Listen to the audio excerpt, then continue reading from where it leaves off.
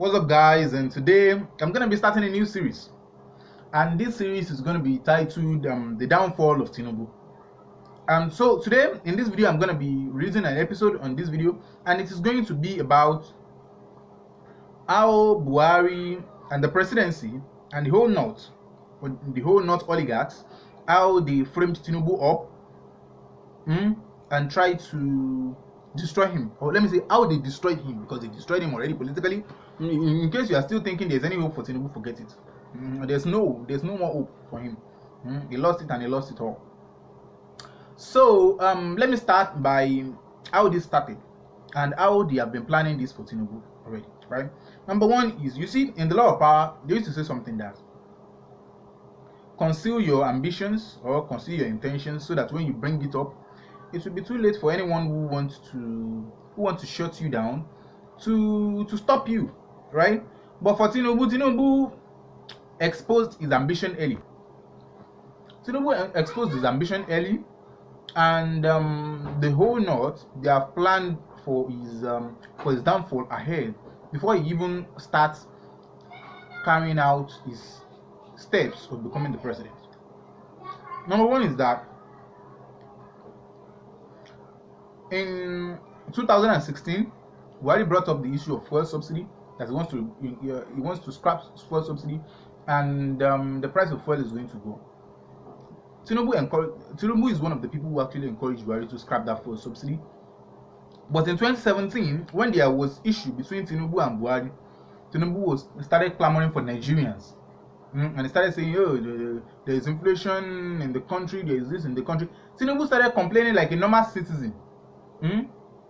He was the one who was saying, scrap that fuel subsidy, we need to scrap the subsidy. The government can't fund can't subsidizing petrol for Nigerians and this and that. It was still the same person who started lamenting about the inflation in 2017 when things were falling out, right?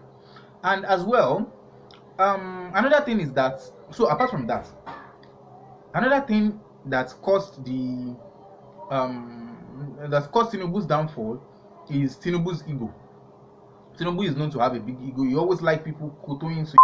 He always like to put himself above everyone else and make everybody see him like a master. You can't be the master of everybody, right? There are times where you're going to be the master to everyone in that social circle, right? But that depends on God, or depends on the time frame and your preparation to it, right? It's not just, everything is not totally in your capacity. And that was the reason for the arrogance he showed in the video where he campaigned against Obaseki. How would you come out to say, you are the number one, you are the leader for all Democrats, irrespective of parties, of political differences, or irrespective of political parties? You are the leader of all Democrats now. Who made you the leader of all Democrats? Even Basaja wasn't calling himself the leader of all Democrats. If you want to say it authoritatively, Buhari is the leader of all Democrats, even though he can be acting tyrannical sometimes. But the point is, he is the number one citizen of this country, is the leader of everyone, irrespective of party. Buhari is the leader, democratic leader of everyone.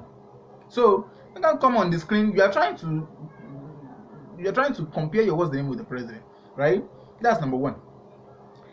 In 2016 as well, 2017, when Ibrahim Magu of the Efcc that was impeached, when Magu was appointed as the Efcc chairman, the likes of Saraki campaigned against him. And do you know why? You people don't know why. Okay, I will tell you.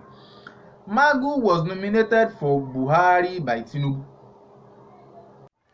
Cobra beaters for sexual dysfunctions. Order on 090-2324-5320. Right? The likes of Saraki knew what was going to happen. Everybody has seen Tinubu's intention and his plan. Tinubu used to think he is smart. I don't think he is. Right? Even the likes of Saraki can predict what Tinubu wants to do with the EFCC chairman nomination that was given to him. They were not actually against Tinubu. They were against Tinubu trying to witch hunt them.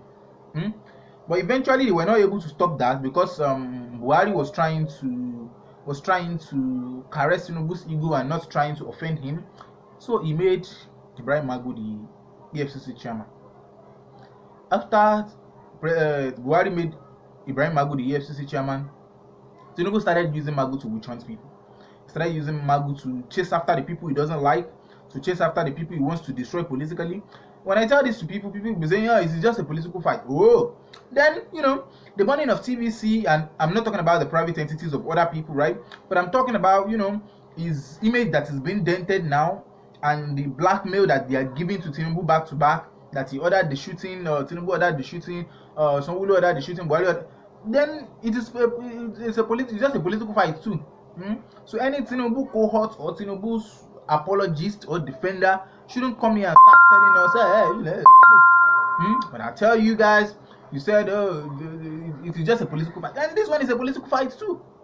The only thing that has pained me about this is the lives that were lost. Not even the lives that were lost, right? Because yes, the lives that were lost, right? The lives of Jimoh Isiaq and few other individuals, right? The Lekki massacre, well, I'm skeptical about it if it actually happened. If there was Lekki shooting, but were people massacred, I'm skeptical about it. There are no enough proofs. Nobody could doubt the death of Jimoh Isiaq in Ogbomoso. This guy, okay, on Twitter, I saw his picture on Twitter, and what's the name? I don't know about his case, but that of Jimoh Isiaq, his compound, his family house, his lineage, everything was put on internet to know that this guy was actually killed during the protest. If he wasn't even part of the protest, he was just standing by, and everything was revealed. It was too transparent for anyone to even doubt the killing of Jimoh Isiaq.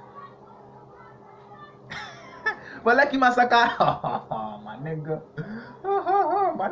my nizzle. So I think that was just what's the name, to paint Tinubu bad, to have ordered that shooting. Why? Because the federal government doesn't have anything to lose, right? Because by 2023, they are not going to field the northern, right? Because by now everybody has grown hatred for the north. Everybody has grown hatred for Buhari, right? So the North can't bring a northern candidate and people will vote for him. They have crushed Article 2. They crushed Article 2 already successfully. Nobody would want to vote for a northern candidate, right? So not proven probably, surely they are going to bring back Goodluck Jonathan, because that is the only southerner they can field. And he still has the chance to run for another 4 years. So let me go back to the issue of Magu so that I won't jump around. When Magu was appointed, he started using him against the likes of Saraki. He said, Saraki didn't declare his assets totally, so the FCC were investigating him, code of conduct, bureau, So, with the help of Buhari, Buhari actually didn't want to bow to Tinubu. How would the president be bowing to you? But he didn't want to offend him, so he let him have his way, and he made sure that he used what's the name? Cobra beaters for sexual dysfunctions. Order on 090-2324-5320. He used the CGN, the Attorney General of Justice then, right, the Justice of the Supreme Court, to discharge and acquit Saraki and prove him innocent of all the charges, even though I'm not sure Bukola is actually so I don't think Bukola is actually innocent of all these charges. I don't think. I'm not saying he's not innocent. I don't think. Nigeria. So I don't think he's innocent of all the charges, and that was one of the things that led to the removal of Justice Onoge then, right? I think what's the name? Yes, so that was those are one of the reasons that actually led to the removal of that justice then. So Tinubu doesn't want to offend Buhari, right?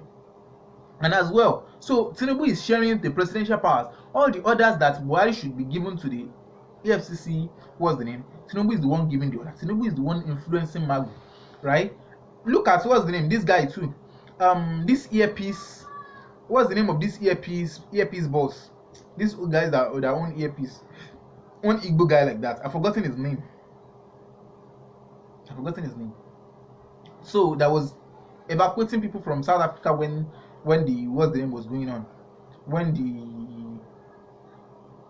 the xenophobia was going on, right? So Tinubu used the light. So when the guy was evacuating people from the Nigerian government, they saw him and they felt like, oh, it's a good charity it's a good charity action.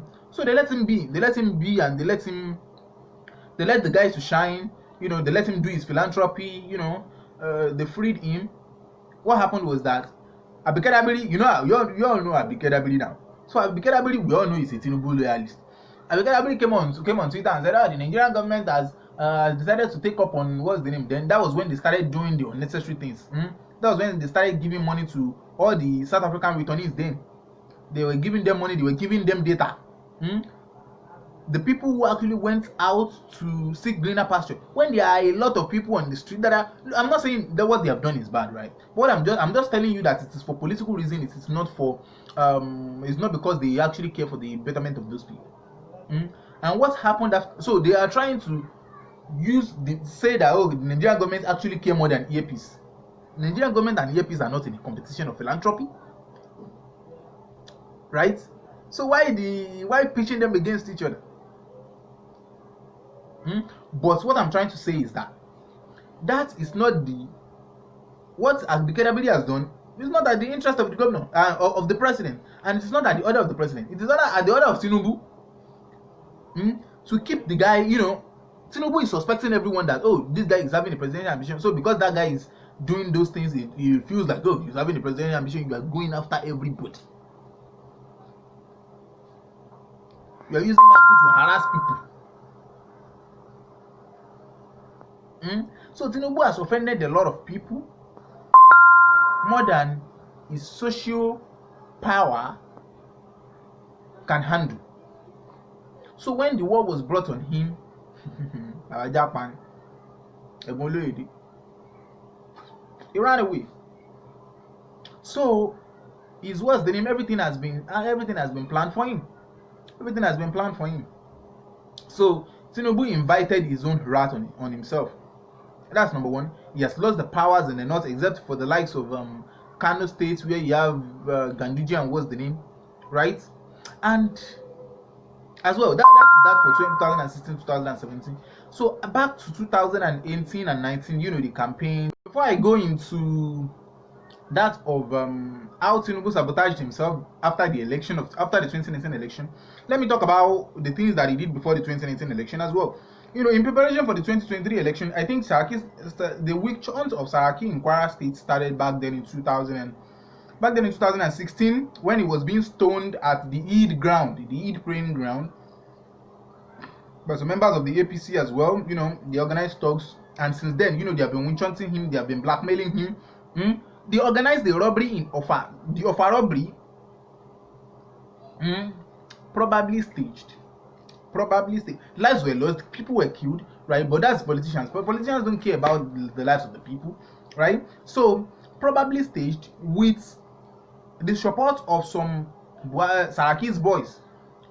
Those boys eventually came on the screen to say, oh, Saraki was the one who actually gave them those guns and ammunition. They are Saraki's thugs.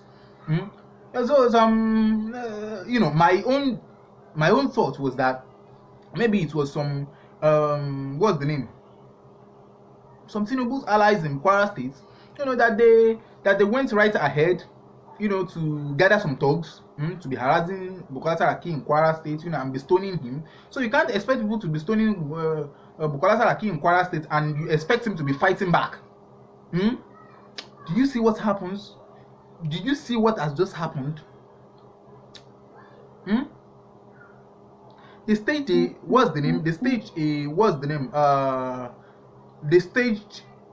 a robbery to dent Saraki's image in Offa, and people were killed. The Saraki that used to call all these big affairs, and they will respond to him, and they will go to him and hear him out. The Emir of Ilorin and all the big affairs in Ilorin. that are always at the service of Saraki, not actually the service like that. I'm not saying they are serving him or they are worshiping him.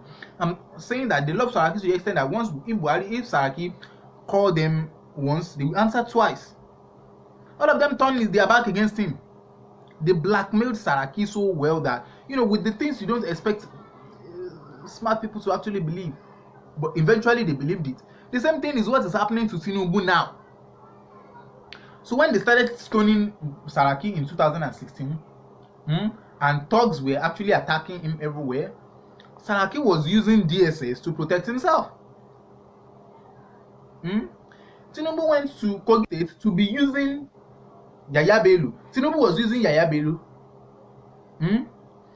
to be harassing Dino Melaye. Dino Melaye, we all know that Dino Melaye is one of the strongest, Bukola Saraki's strongest backbone in the Senate, or let me say, yes, in the Senate, right?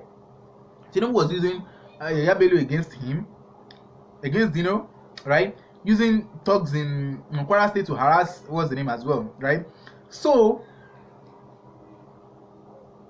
Buhari is supplying, what's the name? Buhari is supplying Saraki and his boys in the Senate and his fellow senators that are getting harassed with it, based on the Tinubu's influence. He's supplying them with DSS to protect them in their states whenever they go home, that they are not in Abuja. Do you know what happened? Buhari fell sick. After Buhari fell sick and Buhari was in London, right? Tinubu and his what's the name started clamoring for the removal of the DSS, what's the name. Even that Buhari's sickness is a staged one. Buhari is sick. Buhari is that. How much do they need to set up the health facility that will be enough? The health facility that will be enough to take care of Buhari in Nigeria. How much? $1 billion? Buhari just assigned another 1 point something billion for fighting Boko Haram. The Boko Haram they couldn't defeat for 4 years, for 5 years. This is the Buhari's 50th year. They assigned another 1 point something billion. Well, the hospital you use 1 point something billion to build, and after choosing the president is going to be serving other citizens of Nigeria. Let me tell you, Buhari's sickness back then in 2016, back then in 2017, 2016, 2017 was staged. It was a trap for Tinubu, and Tinubu ran right inside the trap. After Buhari was claimed to be sick and he was abroad, Tinubu started asking the Senate to approve, to give the acting president's position to Osinbajo. Right? He pressured them so the likes of Saraki didn't want to give him that power. But eventually they actually did. Osinbajo became Osinbajo became the acting president. One of the first things that he did in the first 6 days was to fire the DSS boss. That was the DSS boss that Buhari is using to protect the lives of Saraki from the harms of Tinubu. He fired those boys.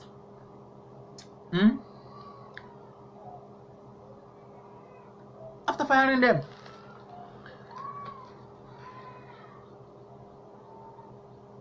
he fired what's the name? That was Lawal Mustafa or something. That guy was called Daura. Yes, the DSS boss that he called Daura. Maybe Lawal Daura or something. That was the name of the guy. They fired Daura. Osinbajo fired Daura then. And that was when Osinbajo was alleged to have collected 4 billion naira from Magu as a proceed of some properties that were confiscated to the federal government.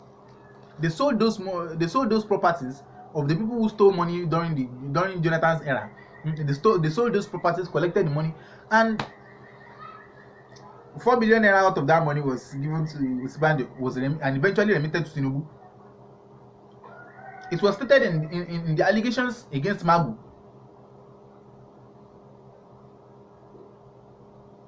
Pastor Osinbajo, rather. Don't let me say Osinbajo. Pastor Yemi Osinbajo just like Buhari used to say. So eventually, Baba collected 4 billion naira and remitted it to Tinubu, right? Good.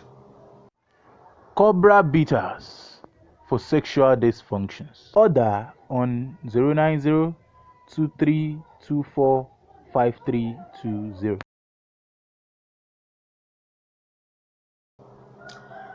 After then, one of the things that he used Magu to do was to Tinubu used Magu to do, it was to kick on investigation on Patience Jonathan's account, Patience Jonathan's bank account. Let me tell you, I can tell you that most of the investigations, most of the anti-corruption investigation that are being carried out by the Magu's administration of the Efcc are motivated by Tinubu. In during the 2015 election, there was a treaty. I don't know if the treaty is actually official, right? But there's an arrangement or settlement that I heard, from what I heard, that there is going to be a peaceful transition of power from Jonathan to Buhari. And there wouldn't be any investigation. Not that there won't be any investigation. There wouldn't be a political probing of, oh, how did this money means? How did this go happen to this? You know, oh, you looted this money, you looted that money, So those things, I think there was that kind of arrangement between Jonathan and Buhari then. What happened eventually was that Tinubu seized this opportunity in the presidency and in the Senate and the ability to have appointed for Buhari, whom the EFCC chairman is, to started investigating Patience Jonathan. When they were investigating Patience Jonathan, you were investigating Desani, Adesimadu. You are investigating this, you are investigating that, but you are not investigating Goodluck Jonathan, who was the president.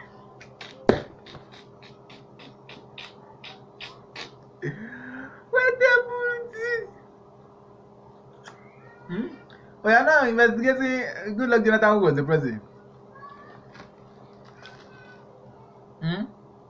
Of course, we all know that he was going to get the lion's share if anything has happened. So they were investigating all his appointees, but they were not investigating Goodluck Jonathan himself, because he knew that if he investigated Goodluck Jonathan is going to infuriate the wrath of a lot of northern leaders. Because forget about all these fights between the northerners and Goodluck Jonathan as at 2015. Immediately after the election, they all trashed out their differences. Even the likes of Saraki, they were saying this and that. They all trashed out their differences.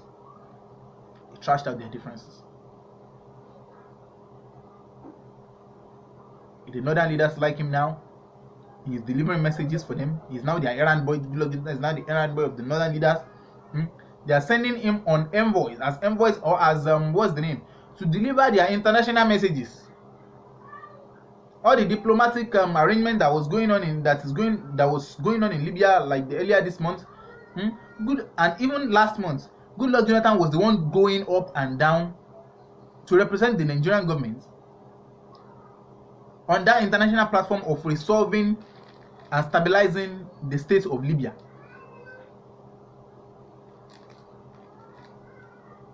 So, if he tries to touch Goodluck Jonathan, something will happen to him. So that people won't suspect he's the one behind all this wahala. He went right to attack the wife, Patience. And after all the attack, after trying to seize her money and all these things, right? With the help of Buhari, they were able to get the money back. Let me tell you, any occasion, do you think Buhari would have ordered for the probe of Patience Jonathan? And anything Buhari's family is doing, Patience Jonathan and Goodluck Jonathan is always there.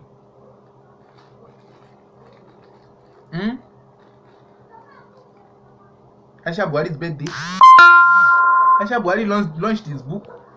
Patience Jonathan is there. Everything that happened, Patience Jonathan is there.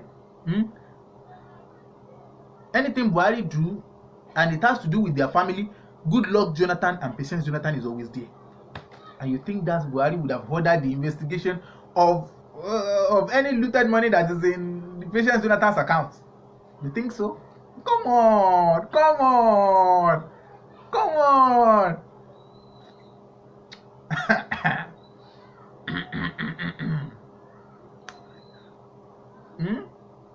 So Tinubu was the one behind everything.